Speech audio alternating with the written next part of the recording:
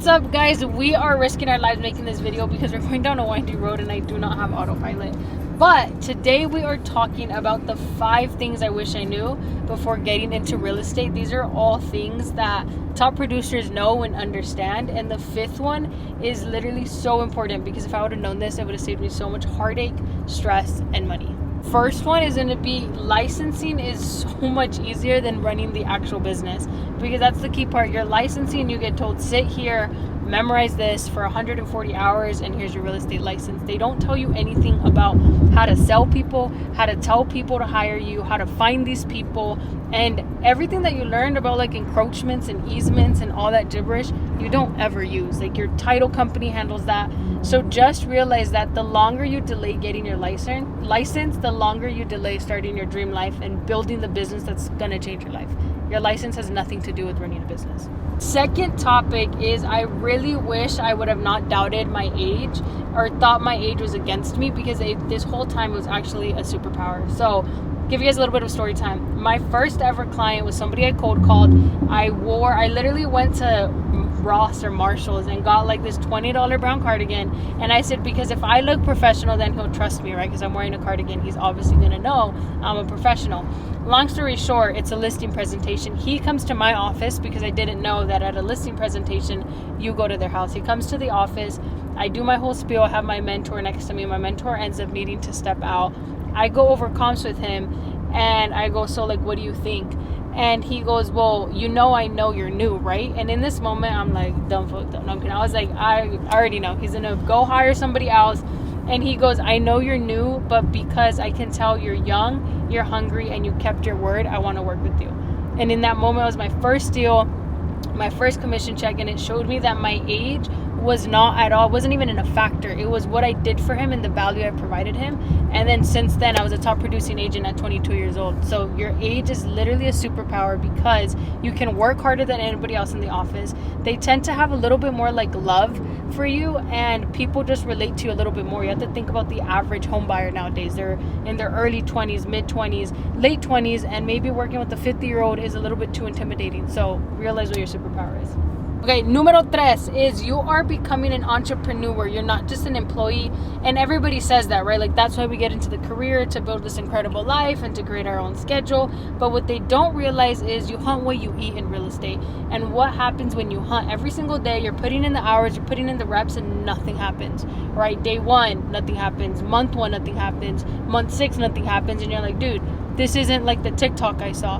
And so what you have to realize is you are now an entrepreneur. You're going to have really good months and you're going to have really bad months, but you have to make sure that you understand the long term. This business, if you build it strong and correctly for 4 to 5 years, it will fund the rest of your life. So when you have to think about it as an entrepreneur, right? You're the one in the driver's seat. You have to make sure your car has fuel. You have to make sure you do your oil changes. You have to make sure you understand how to put it in drive and park. So remember, you're the one in the driver's seat. You can't expect somebody else to come and hand you clients on a silver platter, to come and give you, the clients and the leads. You have to go out there and find it.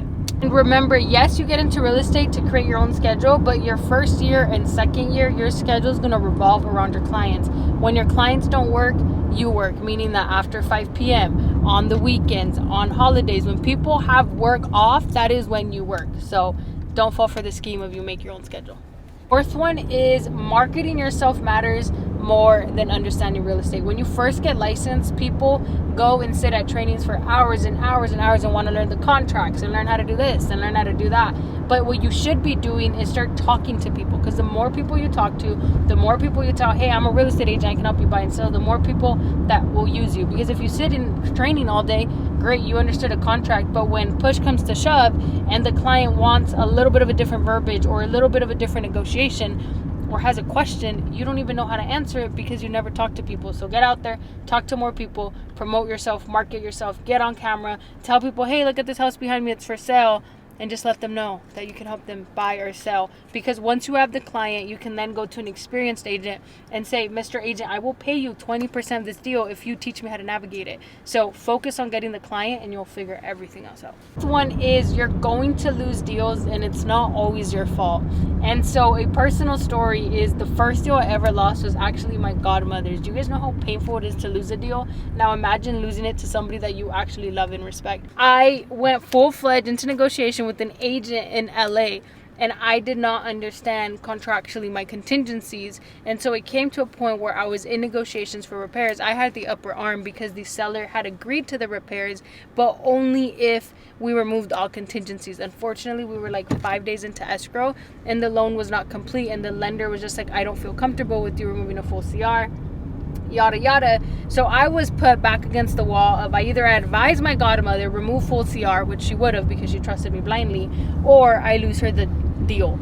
And I told her there's just a lot of risk because your loan is not an easy loan, so don't remove your CR. And the client hit us the notice to perform and we lost it. So that was my fault. But after that, I've lost so many more deals, and I've cried so much, and I've stressed so much, and I've tried to throw money at these deals to fix the problem, fix the termite, fix the plumbing, and yet the buyers do not want to move forward, or the sellers do not move forward. So you're just there to make sure you're looking out for their best interest. And if you, at the end of the day, know you served your client to the best of your ability, you negotiated the best you could, and you dotted your I's and crossed your T's, it is not your fault. And sometimes, not sometimes, all the time, the deal does not work out because God had something greater for them. So keep that in mind. If a deal does not work out, it does not mean that you lost the deal. I always say, lose the deal, but don't lose a client. Those are just 5 things that I wish I knew. There's so many more, but then this would be like a 50-minute video. So just keep in mind, in real estate, this business is going to be stressful. It's not meant to be easy, but give it your all. It'll change your life. And don't forget to like and subscribe.